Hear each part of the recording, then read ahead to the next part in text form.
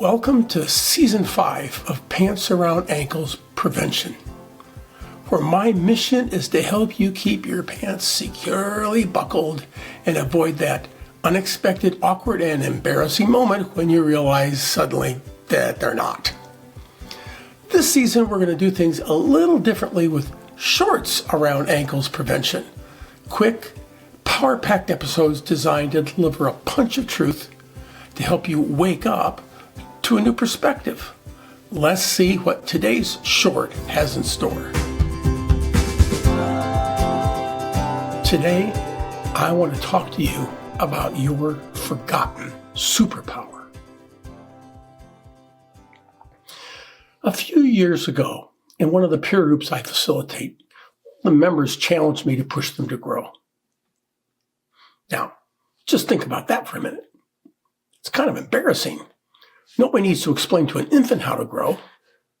And for example, they master the art of speaking a foreign language because whatever their native tongue might be, it is for them a foreign language. Indeed, one of my grandchildren has a mother who speaks English and a father who speaks French, and he's learning both of these at the same time. And does he complain or whine about it? No, he's smiling and happy. So if you think about it for a moment, that these highly successful peer group members were asking for help in how to grow as human beings is really kind of sad. As adults, one of the things we must address if we're going to proactively grow is some sort of a target. Grow how? Toward what end? It's hard to hit a target if you don't know what you're aiming at. So I gave them an exercise that I first experienced back in the 1980s when my wife and I attended a program in Dallas, Texas, presented by the Zig Ziglar Corporation called Born to Win. I asked the group members to each make a list of anything they thought they might want to ever be, do, or have. I was emphatic that they were not to judge an idea that popped into their head and leave it off the list. If it appeared in their awareness, they were to write it down. And I pointed out that on my list from back in the 1980s, I had an item of eating a healthier diet, and I had another item not too far away on the list of eating a box of pretzels every day. Now, both of these are not going to happen. But at the stage of this process, this initial stage, they both belonged on the list. And I explained that to everyone. The idea was to get everything out of their heads and onto paper.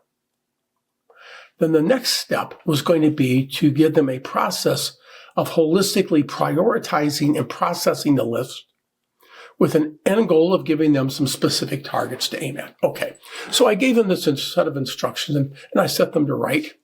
I gave them about 20 minutes to start their lists, and I started walking around the room, looking over people's shoulders as they worked. And I was appalled at what I saw. Their lists reeked of practicality. Now, I did not read every word or necessarily look at every person's list beyond maybe a glance. But I didn't see anything that made me go, wow, what a great idea. Even the visionaries in the group demonstrated zero vision for what their life might become. This is when I realized that all of these extraordinarily successful people had all lost their most important superpower. Their lists were full of things to do or to have, tangible things. But growth is about becoming something more than you are now. And I don't recall seeing anything on anyone's list about the B of be, do, or have. Simply put, they had forgotten how to dream. And the ability to dream is your superpower. I believe that all humans aspire to become more. Watching my grandchildren, nobody must explain to them how to dream. They play make-believe all the time. It's wired into them. And it is wired into you. I think of dreaming of any form, eyes open, eyes closed, during sleep, while awake, whatever it is, as a vehicle through which both your subconscious mind and the divine can present you with their wisdom, with their goals, or maybe simply next steps for you. And the ideas which are presented, either in literal form or symbolically, always have value. Many times the dreams we experience are dismissed as not being practical. They may seem unattainable, have bad timing, or otherwise don't fit in our life. Why does this happen? Because those dreams are expecting us to become something new. And it's remarkable to me how many people do not understand you cannot grow and stay the same.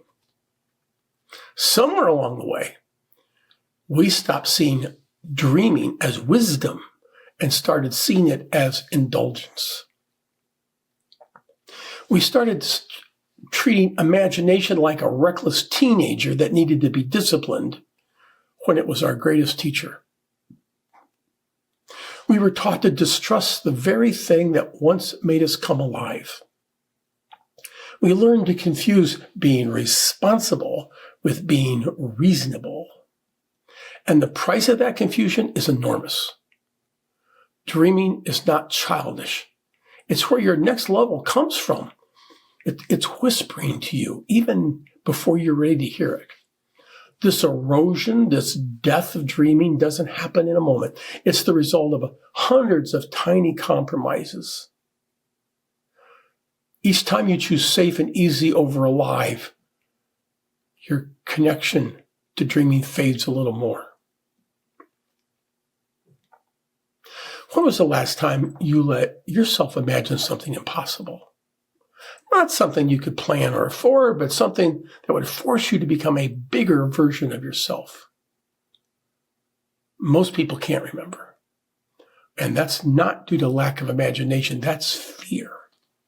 Each time you choose safe over alive, your connection to dreaming fades a little more until one day you wake up and look around and realize your imagination's gone quiet.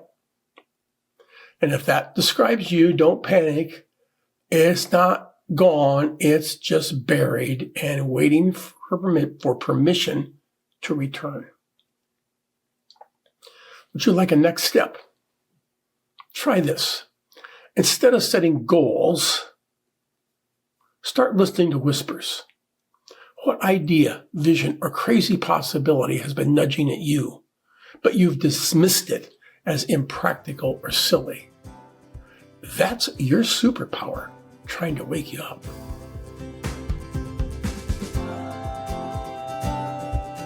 If you'd like a deeper dive into this topic, consider subscribing to our newsletter, Waking Up, where we will explore it in even more detail.